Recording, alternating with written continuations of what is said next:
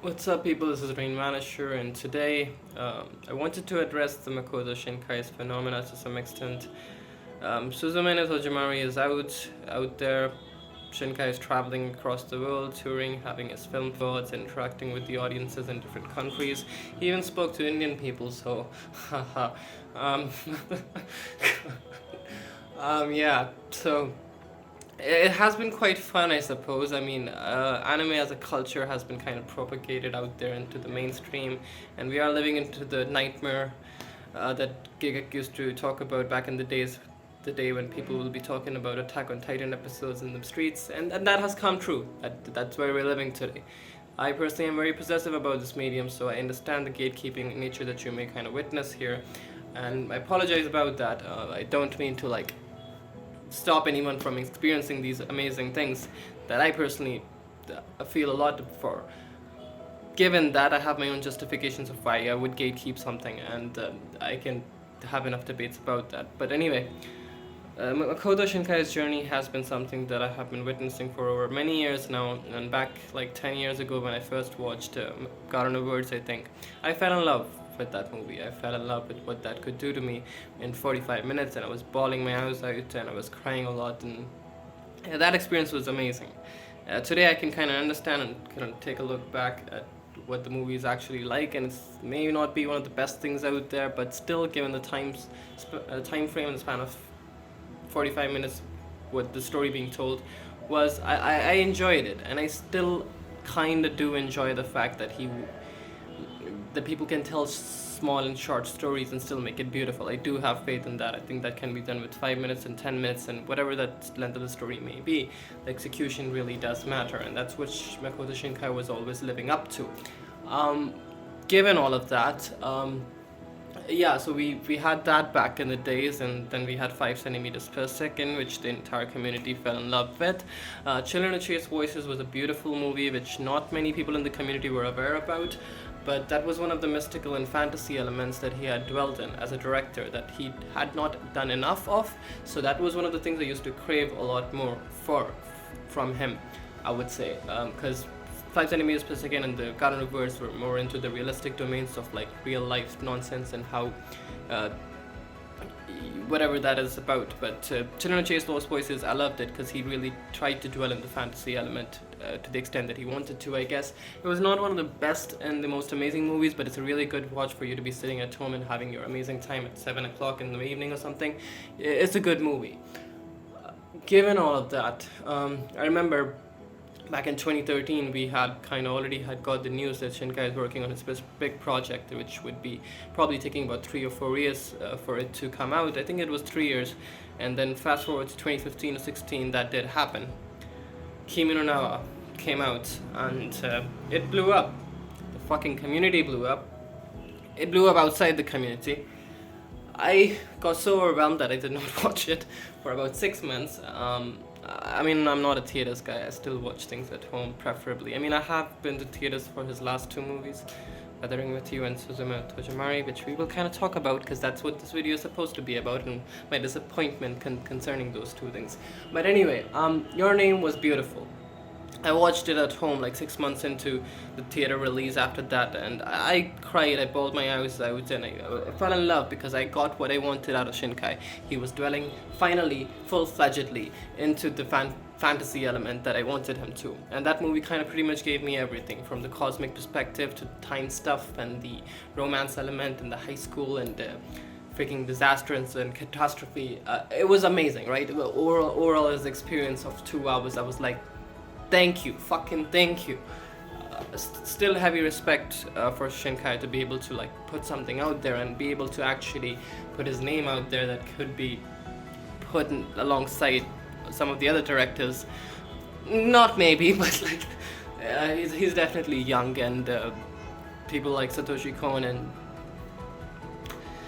Miyazaki are of course kind of like the forefathers of what we have been witnessing in the anime culture, and Shinkai had his own thing. I loved his work, and Your Name kind of did it for me. Maybe I had that experience because I watched it alone at home, but no, everyone that I've shown it to and the fact that I've watched the movie over and over many times over the years, it is amazing. Weathering with You, I was very fucking excited. I was fucking excited, man. Weathering with You was a disappointment. Slightly disappointing, I would say, not much. I mean, the movie did have kind of like an open-ended interpretation kind of a thing going on with it. So yeah, people were kind of like, I mean, people hyped it up everywhere, and I was like, sure enough, cool. Nothing against that, although like my expectations of what I wanted a storytelling to be, it did not do its part properly, I would say. The ending, the resolve of the establishment of what the romance is supposed to be, all of that was kind of lacking, although again, the premise was nice. Which is one of the main key things, right? Like, you have to have a good premise for you to like layer that out and tell a story through it. That is one of the most important things, and he has been able to kind of keep that still intact even with the latest movie coming out, but I will get to that. But I think the whole execution part of it is very, very lacking, which Makoto Shinkai used to be very famous about. I don't know if he was famous for it or not, but that was one of the things that I appreciated, because to be able to tell a story, a short story, for like fucking 45 minutes and be able to make me cry, that of course entails a lot of what the execution part of it is, because honestly, like, if you really have to assess what God in a Words did, a lot of people have this critique about it as to what not a lot of stuff is going on in the movie. It's just a simple story about like a high school guy falling in love with, let's say, his high school teacher or whatever, the cobbler, and the removing those aspects aside, the story was still beautiful. The fact that they used to meet every time in the garden, every time it used to rain, and just sit there doing their own thing, be that drawing someone else's feet and eating chocolates in the garden, that was cute, and I still loved it. I loved the fact that he could execute such a simple story in such a beautiful way, and I still have faith in that. I still stand by that, because of which I think the execution really fucking matters. And that's what one of the key points of Makoto Shinkai was, and I think he's still doing that. All of the radwimps and the heavy budget into the animation and visual effects and everything, that still stands as a key speciality of Mr. Shinkai, I would say, because I still have faith in him for that, at least. Yes, I think he's lacking there. In the recent two movies that we have kind of witnessed, that main aspect is kind of okay. So I mean, like, you can like pick out key factors of what makes a movie good and what makes the execution out of it good. Of course, the breakdown of how you used to review things, categorizing it into the form of animation and soundtrack and like the plot armor and shit like that. That's how we used to do things, and I understand that you can kind of pick those elements out apart and maybe work on those to make a movie a good movie. But it's more than that. After categorizing all of those elements and picking those key factors, everything has to align in some sense, and which Your Name was able to do fucking beautifully. Like the moment when the songs hit and the fucking pen drop and like the forgetting of the name, it was fucking amazing, right? Like that's what I call like, and that's what I would call all those elements coming together in sync to make a story beautiful in its totality. And that's one of my complaints with both Weathering with You and Suzume no Tojimari. It just quite did not do it for me. Partly I think it's because he has not given himself enough time to work on these projects. He's just releasing movies back to back as long as it breaks the theaters and is successful in terms of making money. But to give him credit, he's still sticking to his way of directing, which I appreciate. You can easily see how he tried to stick to those aspects of the movie that worked for him with the release of Your Name. The amazing visuals and the beautiful soundtracks, the edgy moments of falling from the sky, the red ribbon used to tie the main character's hair, secretly representing the fabric of reality itself that ties things together.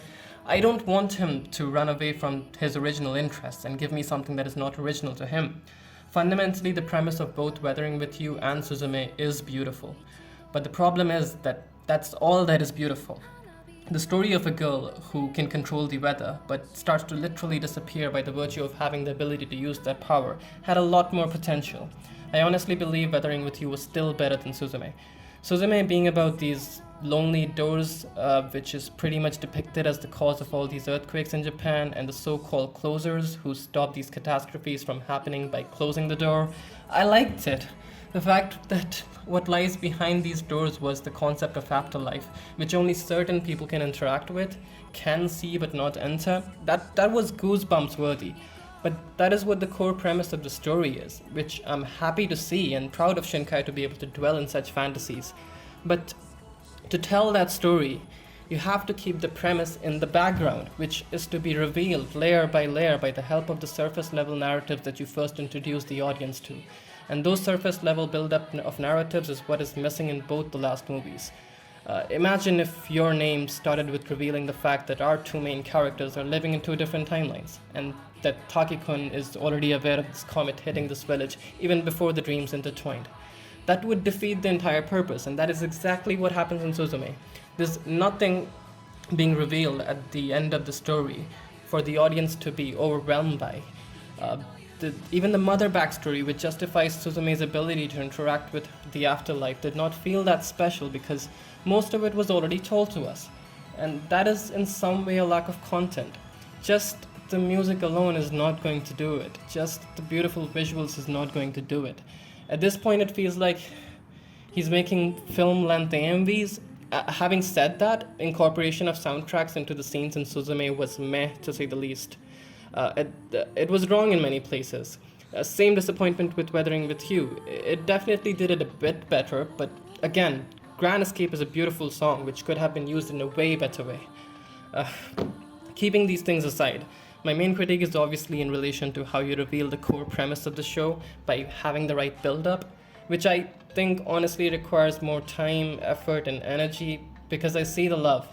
I know he loves making these movies. I love Shinkai's work, so I will wait. I will wait until he can make the next big fantasy manifest in all its greatness.